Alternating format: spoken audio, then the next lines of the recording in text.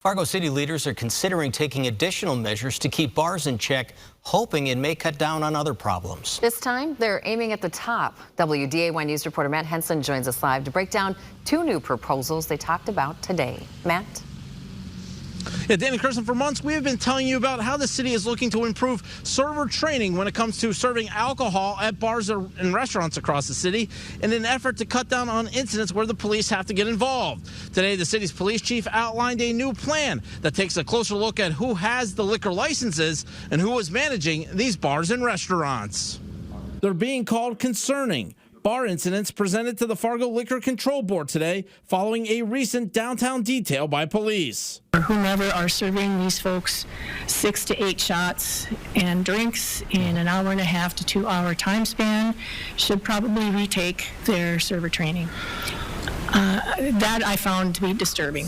While server training has been on the agenda for months, today Chief David Zabolski making two proposals to make sure their bosses are in check. We're missing a lot of information that might adversely affect some of the operations. Currently, when you apply for a liquor license in Fargo, you undergo a criminal and credit background check. If you are granted that license, you may never go through a background check again.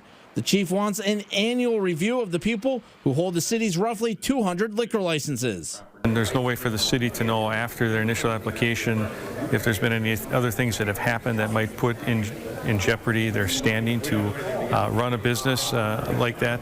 The other proposal, to keep better tabs on who is managing drinking establishments. That is required as part of the liquor license process. But there is a loophole that the chief says is leading to unqualified people to run bars. Under the current scheme, someone could apply listing you, per se, as the manager. As soon as you get the license, they hire me, and maybe I don't have that same type of good background, or I've got something in my background that would put in question my suitability. So the chief wants to require a business that hasn't changed in management to notify the auditor's office within 3 business days. They then have 10 days to provide the necessary information for that background check. Failing to comply could lead to a fine and/or suspension of the liquor license. Well, we've had some issues, most definitely, and I think just in terms of safeguarding the city, safeguarding our patrons, and then also really protecting the establishments that are doing a good job. Chief Zabolski did stress that a vast majority of the establishments do not cause any problems. Now, since these proposals were not on the agenda for today, the Liquor Control Board decided they will talk about them in more detail at its next meeting, as long as take some public input. And again, since these are just proposals, they could easily be adjusted. Reporting live from downtown Fargo, Matt Henson, WDY News.